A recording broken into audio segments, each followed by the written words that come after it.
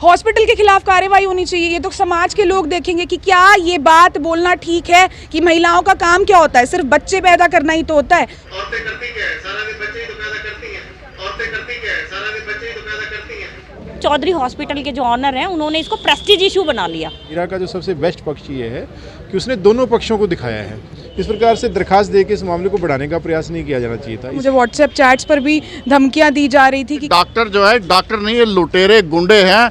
इन्होंने घरों के अंदर अवैध हॉस्पिटल कैसे खोल रखे हैं। इतना बड़ा हॉस्पिटल है, इतने हाई प्रोफाइल लोग हैं, उसी दिन इन लोगों ने कंप्लेंट क्यों नहीं की? 15,000 रुपये मांगे हमसे कि अभी लेके आओ, अभी एबॉर्शन करवाओ।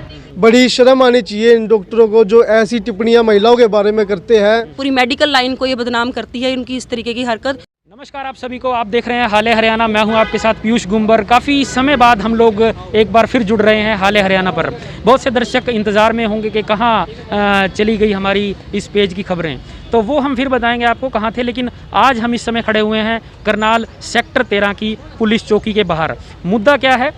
एक पत्रकार जो पत्रकार होता है अपनी पूरी निष्ठा के साथ जो जनता के मुद्दे उठाता है, जनता की भलाई के लिए कार्य करता है, वो जब कोई एक सच्चाई किसी की सामने लेकर आता है तो उसे किस तरह से प्रेशराइज़ किया जाता है, किस तरह से उसके खिलाफ एक माहौल बनाया जाता है।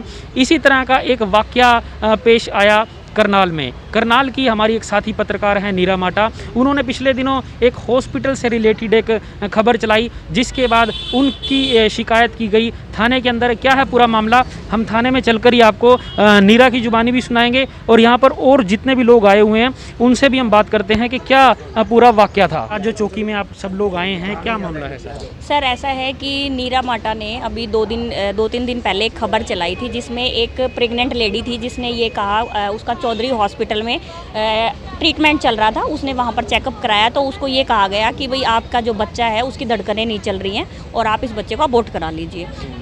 जो महिला थी वो थोड़ी सी इस बात को लेकर एक्टिव थी, उसने किसी दूसरे हॉस्पिटल में जाकर चेकअप कराया, दूसरी जगह अल्ट्रासाउंड कराया तो उसका बच्चा बिल्कुल नॉर्मल आया। तो जाहिर सी बात है कि जब आप किसी महिला के बच्चे को ये कहोगे कि उसकी धड़कन नहीं चल रही है और दूसरी जगह वो ठीक है, तो महिला का गुस्सा होना जायज़ था।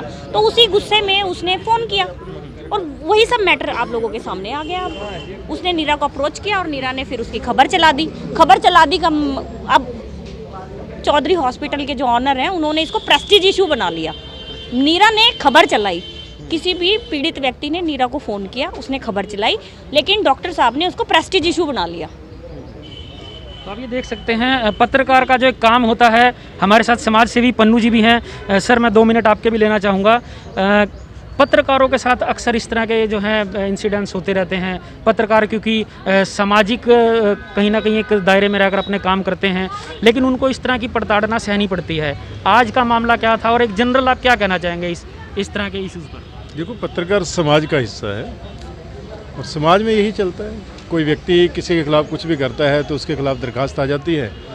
तो पत्रकार भी समाज का हिस्सा है। अगर पत्रकार किसी की खबर चलाएगा तो सामने वाला व्यक्ति 2 ही तरीके हैं, या तो अपनी गलती का एहसास करेगा और मामले को निपटाने के लिए बैठ के बात करेगा पंचायत में, किसी ने गुनाह कर रखा होगा तो वो अंदर जाएगा, और या फिर व्यक्ति जो है इस प्रकार की झूठी दरखास्त दे के पत्रकार को दबाने का प्रयास करेगा। तो ये सारी चीज़ें तो नॉर्मल चलती हैं। तो पत्रकार, मुझे लगता नहीं, क्योंकि मैं भी पत्रकारिता से संबंधित रहा हूँ, मेरी मास्टर इन मास कम्युनिकेशन ही है और जॉब में आने से पहले मैं पत्रकारिता ही करता था।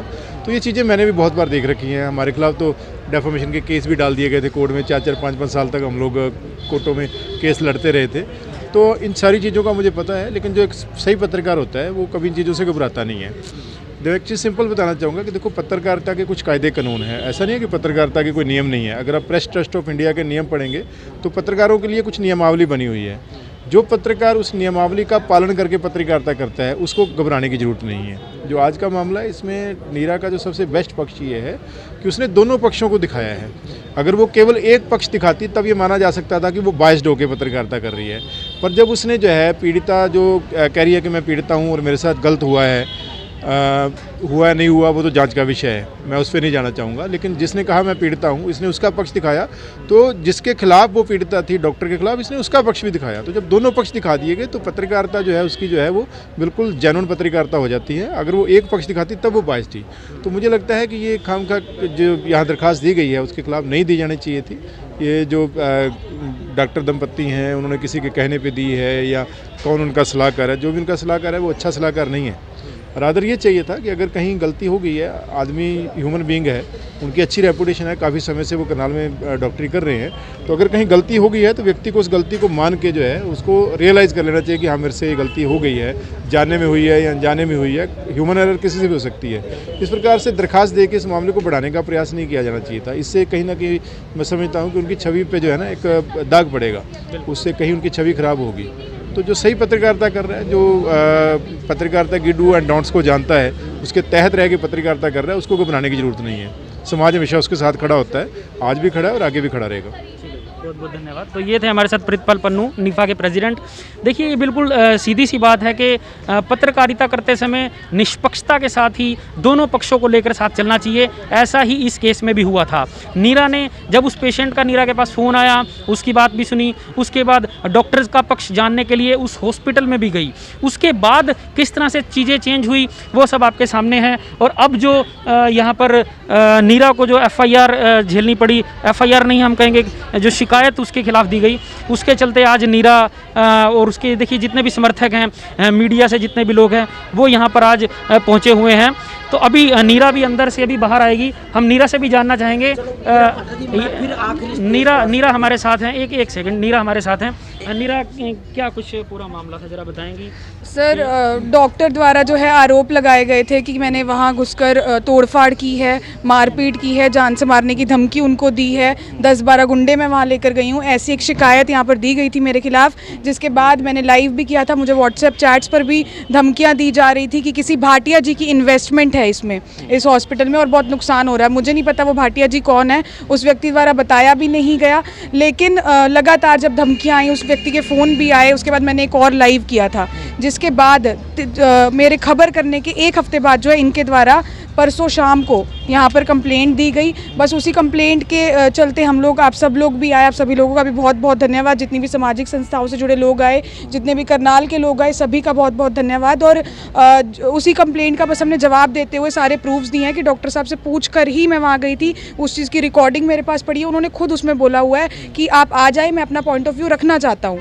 वो रिकॉर्डिंग मैंने सबमिट करवाई है। उसके अलावा वो व्हाट्सएप चैट्स जिसमें ये बोला गया कि इसमें भाटिया जी की जो है इन्वेस्टमेंट है इसमें, तो आप हमारे जो क्या कहते हैं हॉस्पिटल है उसको काफ़ी ज़्यादा नुकसान हो रहा है, हमारे बिज़नेस को नुकसान हो रहा है। हालांकि वो खबर करने के बाद कम से कम, मैं ज़्यादा नहीं कहती, 300 से 400 लोगों के ऐसे फ़ोन आए कि सेम चीज़ हमारे साथ भी हुई है। तो उसके बाद फिर जब धमकियाँ आई, मैंने लाइव किया, उसके बाद ये लोग कंप्लेंट दे रहे हैं। और हॉस्पिटल के अंदर जाने से लेके बाहर आने तक की एक एक रिकॉर्डिंग मेरे पास मौजूद थी।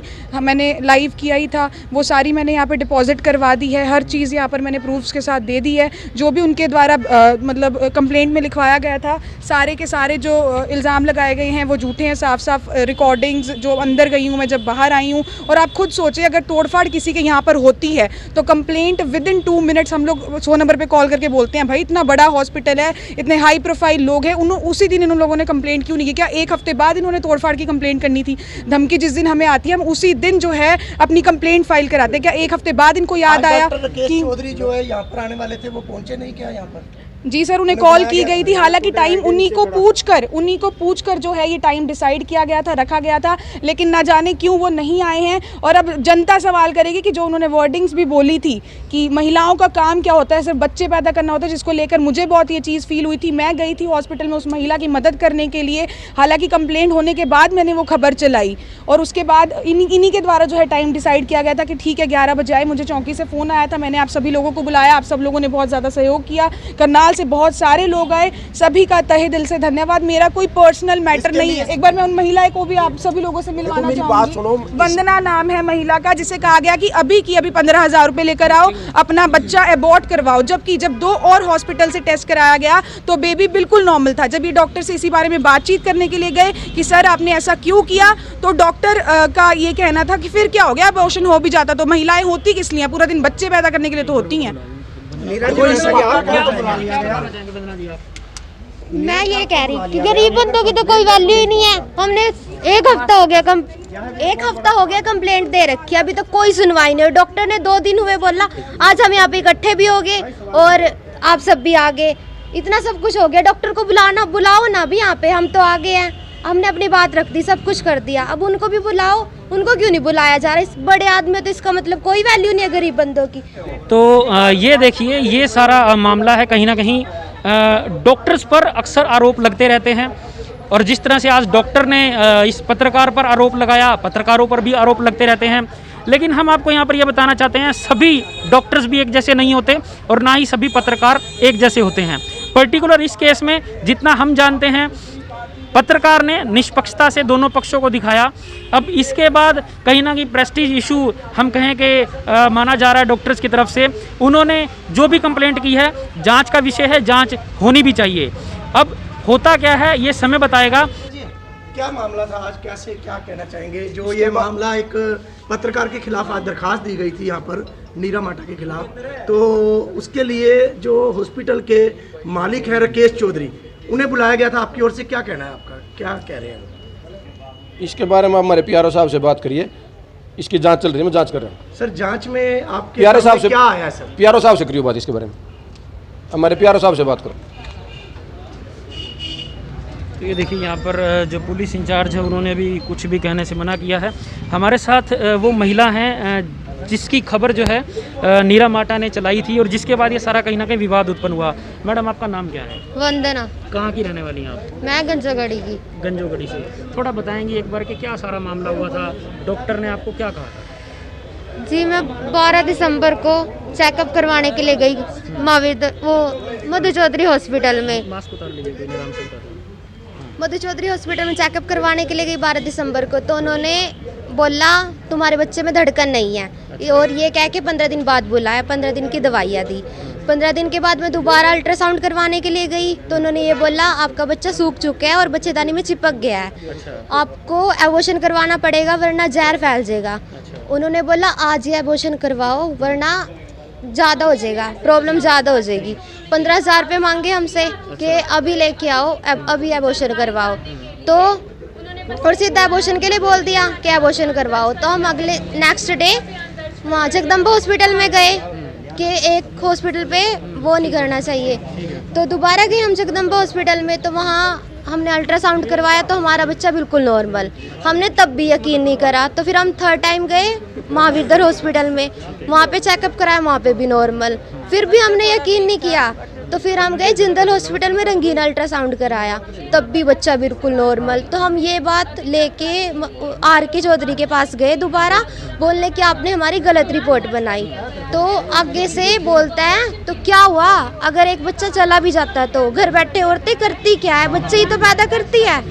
और कहने लगा कि ना वो बदतमीजी से उन्होंने बात की है ना, हमारी को कहता है कि भी जो भी तुम्हारा नुकसान हुआ अल्ट्रासाउंड में, जितने भी आपका पैसा लगा आप मेरे से पैसे लो और बात को ख़त्म करो। हाँ जी, क्या गरीब इंसान के कोई वैल्यू नहीं है या कोई सुनवाई नहीं होगी? अमीर आदमी जो है पैसे खाकर हम गरीबों को दबाता रहेगा तो गरीब कहाँ जाएगा, किस पे विश्वास करेगा? हमने मीडिया का सहारा लिया है, हमने कंप्लेंट की हुई है, अभी तक कोई कार्रवाई नहीं हुई अभी तक। हाँ जी, हम इनके साथ हो जी, संजू है जी मेरा नाम, मैं इनका देवर हो जी।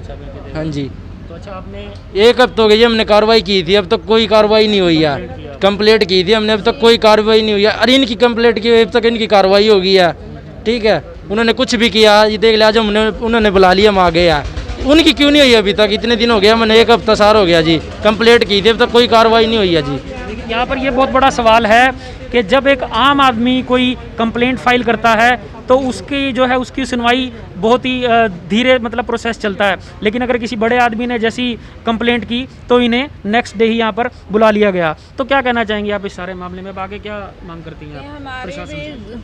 जो भी प्रॉब्लम है, जो उन्होंने हमारा नुकसान किया है, जो हमारे बच्चों को मारने की साजिश रची है पैसों के लालच में, हम चाहते हैं कि उनको सख्त से सख्त सजा हो ताकि आगे जाके किसी और गरीब के साथ ना हो, और पता नहीं कितनों के साथ हुआ भी है और आगे ना करे। इसलिए हमें इसके क्या कारण क्या मानती है? डॉक्टर ने ऐसा क्यों कहा होगा कि बच्चा सूख चुका है? क्या या उसको एक्सपीरियंस प्रॉपर नहीं रहा या कोई और कारण रहा होगा? पैसे के लालच में गरीबों से पैसे वसूलते हैं, झूठी रिपोर्टें बना के, सर ये तो झूठ रिपोर्ट बना के पैसे वसूलने वाली बात है। एक गरीब बंदा पता नहीं मेहनत करके कैसे कमा रहा है पैसे, ऊपर से इतने उनको डरा दिया कि भाई आपका बच्चा सूख गया, अबॉर्शन कराओ। हमारे तो हाथ पैर फूल गए, हम तो पैसे भी कहाँ से इंतजाम करें। 15,000 रुपये उन्होंने हमसे मांगे, तो हम कहाँ से, हमने सोचा मैं चलो एक बार पैसों का भी इंतजाम हो जाए। फिर मेरे जो जमाई हैं वो बोलने लगे मम्मी आप एक बार ना दूसरे हॉस्पिटल में भी चेक कराओ, भी हमें कोई प्रॉब्लम नहीं है, ब्लीडिंग नहीं है, कुछ दर्द नहीं है, भी हम अबॉर्शन क्यों कराएंगे, भी किस बात पे। तो हमने जगदम्बा हॉस्पिटल में चेक कराया है, तो वहाँ पे हमारा बच्चा नॉर्मल आया। फिर हमने वहाँ भी सोचा कि भी इतना बड़ा हॉस्पिटल है मधु चौधरी, क्या पता भी एक बार और चेक करा लेते हैं, कोई प्रॉब्लम ना हो। तो हमने महावीर दल हॉस्पिटल में चेक कराया, उन्होंने हमारा बच्चा नॉर्मल बताया। ये कि थोड़ा वीक था, बट अबॉर्शन करने की ज़रूरत नहीं थी, दवाइयाँ दे के हमारा बच्चा स्वस्थ हो सकता था और है अब स्वस्थ। उन्होंने दवाइयाँ दी है, हमारा इलाज जो भी वीकनेस थी उसकी दवाइयाँ दी है, तो हमारा बच्चा ठीक है, स्वस्थ है।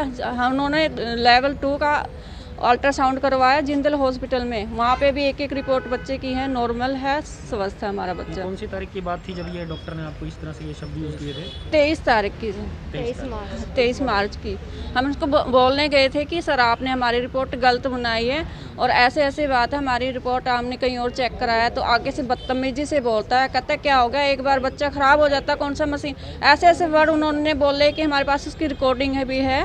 उससे पहले की जो उन्होंने वर्ड बोले हम वो रिकॉर्ड नहीं कर पाए। जैसे उन्होंने ज़्यादा बदतमीजी करने लगा तो मैंने रिकॉर्डिंग ऑन की थी कि भाई ये बंदा मान ही नहीं रहा, आपने गलती नहीं मान रहा है। तो इस वजह से हमने उसको बोला कि आपने हमारे साथ गलत किया है, ऐसा नहीं होना चाहिए था, आगे आप ऐसा भी करोगे किसी गरीब के साथ तो अच्छी बात नहीं है। कहते जाओ आप जो होता हो आपसे कर लो, हमें कोई दिक्कत नहीं है। जहाँ पे आपने कंप्लेंट डालनी कंप्लेंट डाल लो, आपने जो भी केस वगैरह करना आप करो। आपका शुभ नाम क्या है?